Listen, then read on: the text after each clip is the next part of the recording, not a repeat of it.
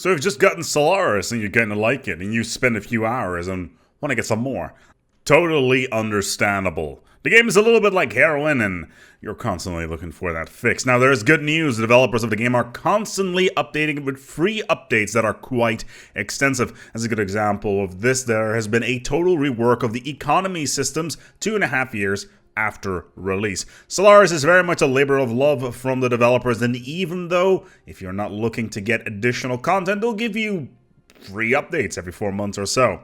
Now, of course, there are expansions as well that are out on the market, and some of them have popped up on your storefront of choice, and you thought by yourself, should I buy some of these? Well, today we're going to be taking a look at some of the expansions and whether or not they're worth a while. So, how many expansions are there? Well, as of making this video, there are 3 major expansions, 3 story packs, and 2 species packs, and we'll be tiering these from the least interesting to the most interesting. We'll not be covering the soundtrack, the ebook, or any free content like Horizon Signal, because you already have that. Now, it's important to note that we'll be discussing prices here as well, as it's very likely that they are on sale somewhere pretty much constantly.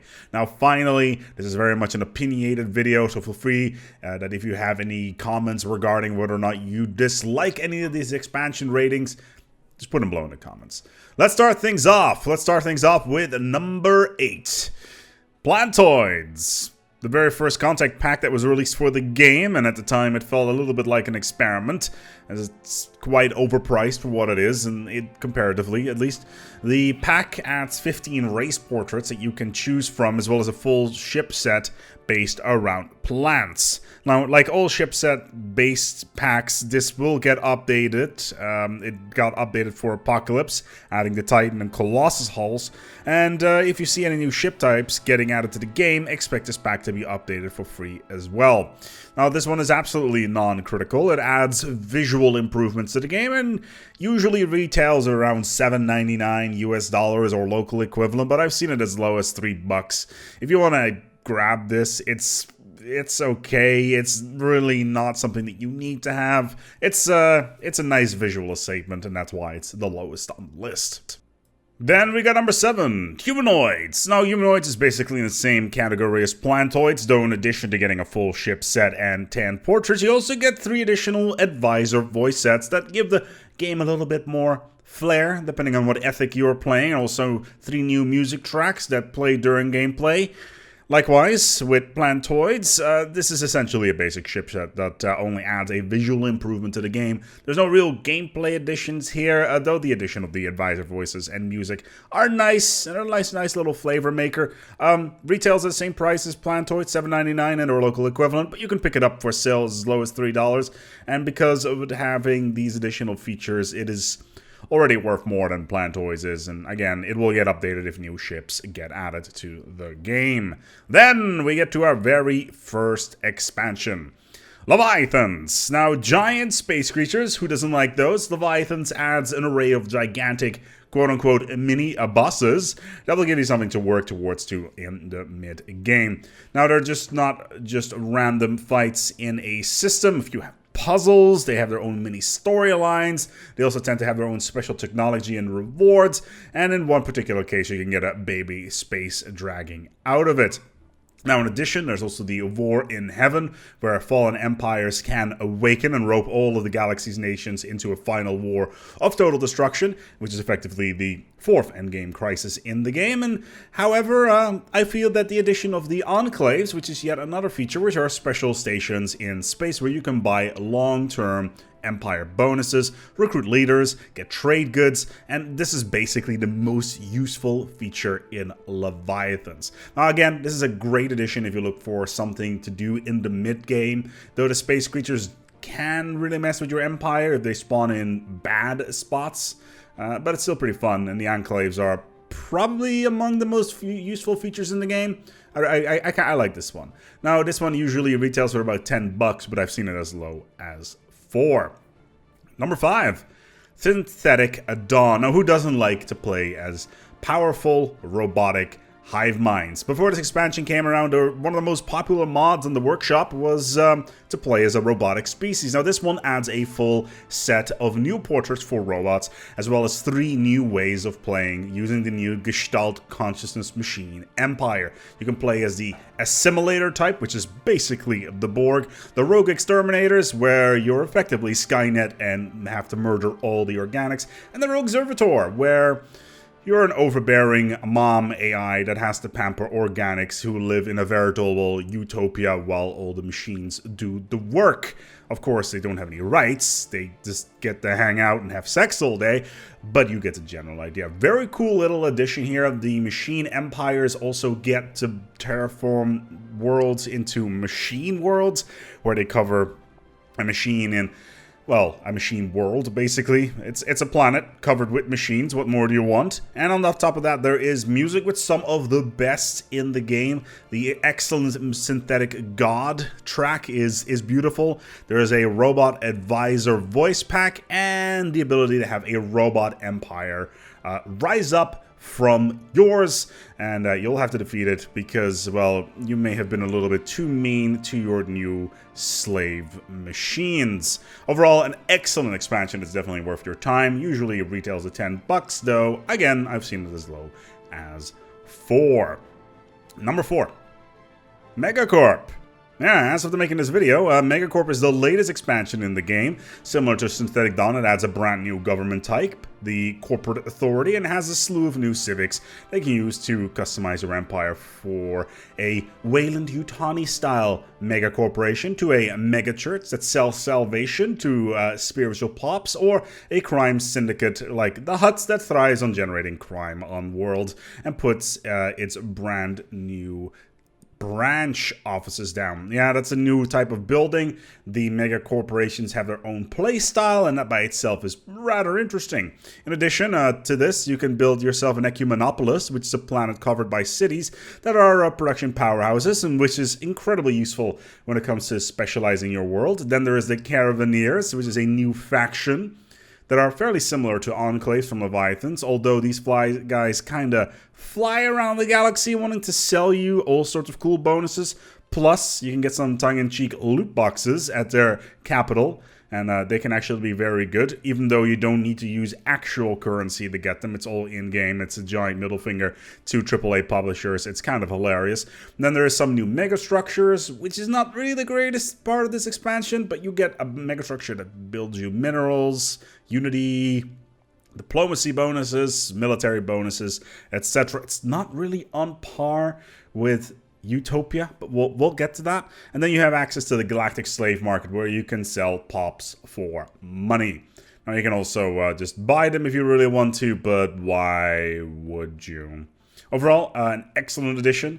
Especially the Corporate Authority adds over 100 hours of additional content in the game, plus the Caravanneers add a ton of new story building material as well. Retails at $20, and considering during the time that this video was made, Megacorp just came out, and I haven't seen any sales for it yet, so yeah, around $20. And or local equivalents, basically what you gotta expect. Number 3, and this is the one where people are going to be kind of weirded out on, because number 3 on my list is Apocalypse.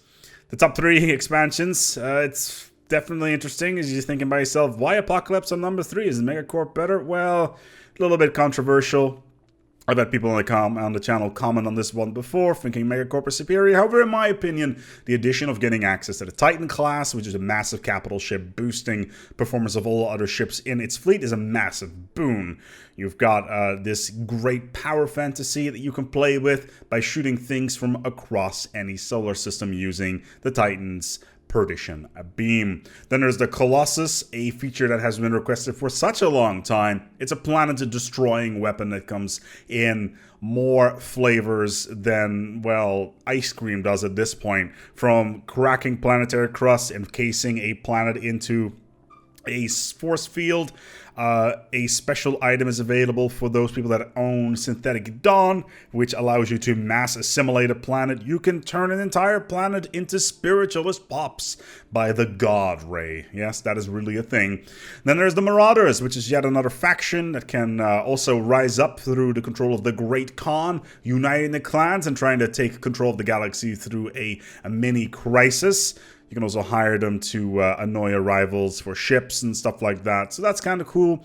Then there is a ton of detailing when it comes to civics. And this right here is, for me, the big meat, why it is above Megacorp, in my opinion. First of all, we have Life Seeded, where you start off as a size 25 Gaia world, and you can only go to Gaia worlds, but a size 25 Gaia world is pretty damn useful.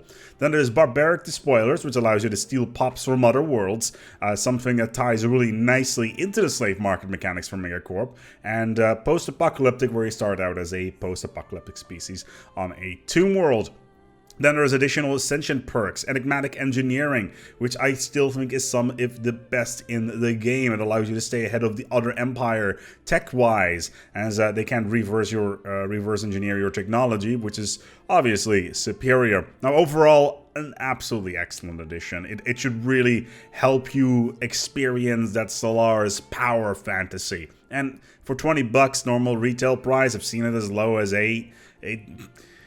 Just get it. It's great. It's super fun, and there is nothing like blowing up your first planet for the first time. Blow that cherry. It's gonna be great. Then number 2, Distant Stars. Yes, Distant Stars. Why Distant Stars, ASpec? Why just a story pack on the second spot? Well, when it comes to sheer value for money, you literally cannot get any better than Distant Stars. It's relatively cheap, it adds a huge amount of story content, it adds the L-Gate network as well as the L-Cluster, a special area outside of the galaxy that has various randomized inhabitants, and they've been updated twice now, adding new content there, which is amazing. There's tons of new events, by tons of new events. Now, Stellaris thrives really on that early exploration phase, and the addition of new events is some of the best aspects of this pack. I love stuff like this to the point that I would just buy packs purely consisting of new events. There's a bunch of new unique solar systems with their own storylines, special inhabitants, as well as new technologies. Finally, there's more Leviathans added in this as well to add even more flavor to the world you inhabit. And they tend to drop unique technology, which is just a great added bonus. The only thing I can really think of that is negative about this pack is that the cover art is completely different from all the others, which triggers me in all sorts of ways whilst making this video. Thanks, Paradox Art Team. I really appreciate this. Distant Stars usually cost $10. It's not been out for that long during the time of making this video, but I've seen it as low as $6, and it'll be on sale pretty much somewhere at some time. Paradox games are on sale all the time. So yeah. So we get to the big boy, the last one, number 1, by quite some margin. That is absolutely the best expansion. Is, of course, Utopia. And we arrive here, it's just so good. Why this one? While Ascension perks that originally came with Utopia used to be one of the big selling points of it, they caused a bit of an issue with the game where you kind of had to buy Utopia in order to make use of some of the other expansions, because they also came with Ascension perks. They've now finally been moved to the vanilla game, probably one of the best moves that the Stellaris team has ever done. It still has so many unique things available to the expansion. Let's talk about Ascension Paths. Ascension Paths are still some of the best things in the game. Do you want to have psionic powers, which can bestow both boons and ruin upon the galaxy through the Shroud? A psionic entity that may or may not be referring to Warhammer 40k's Chaos Gods? Would you like to upload your frail meat body mind into a glorious robot frame? Or being the master of genetic engineering, molding your flesh into your image, and then take your image onto other species and mold them into different things as well. Oh yes, you can do that here. The Ascension perks are amazing. They've got great storylines on them, especially the psionic one. There is so much love put behind that, and that is also a good example of becoming the final crisis through the Reckoning. And I'm not going to say too much about the Reckoning at this point, but just believe me, the Ascension perks by themselves I would buy as an expansion, at least the Ascension paths, that is. Now, like I mentioned, by itself this would already be a great expansion, but on top of that we have the OG mega structures. We got the Dyson Sphere, the Ring World, the Science Nexus, the Panopticon, and it just adds so much more delicious flavor. And then there is additional civics that you can play with. Who doesn't love fanatical purifiers? Have you ever read the concept of the Dark Force that is space? Yeah. Fanatic purifiers are the hunters. They're a force of destruction that cannot be argued with. You cannot have any diplomacy with them. They only exist to murder you. It is glorious. There's syncretic evolution where you spawn with a servile race on your planet that you can do whatever with. They could be stupid, but super strong. Perfect miners, for instance. Mechanists, robotic experts, civics that allows you to spawn with robot pops. Well, half your population is robots right at the start of the game. You can instantly build new robots as soon as you want, and that right there is a huge deal. Mechanist is an amazing starter option for those people that want to play as materialist empires. Now, additionally, we've got some of the specie rights that are very focused on slavery. You can turn your pops into domestic servants, battle thralls. You can farm them for food, and yes, quickly looping back to that genetic engineering stuff from before. Yeah, you can totally genetically engineer a species to make them delicious, because why not?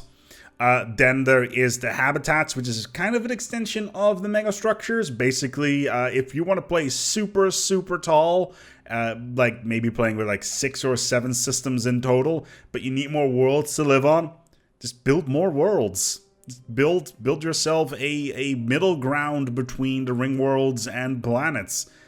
Just build yourself space habitats. It's great. It's amazing. Just go for it. It's something that's in this expansion, and they all have their own models. It's great.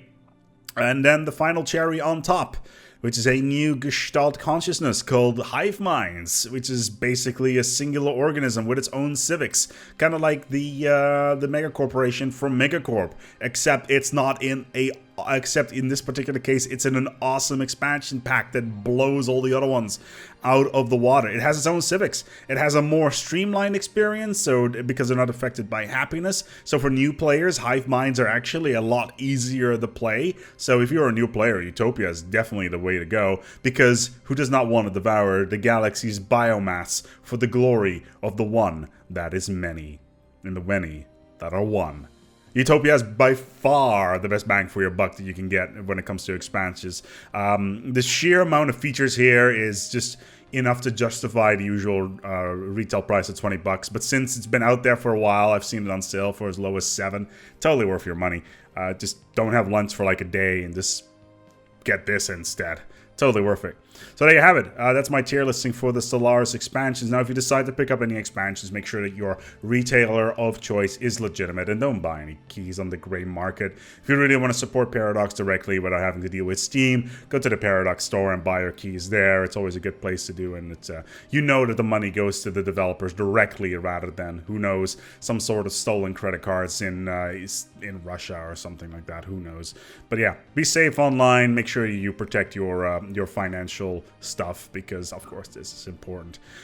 Yeah, if you have any feedback on this list, feel free to give it to me in the comments. If you want to see more of this sort of content, give the video a like and a subscribe, and we're going to leave it at here. Until next time, take good care of yourselves, and as always, each other.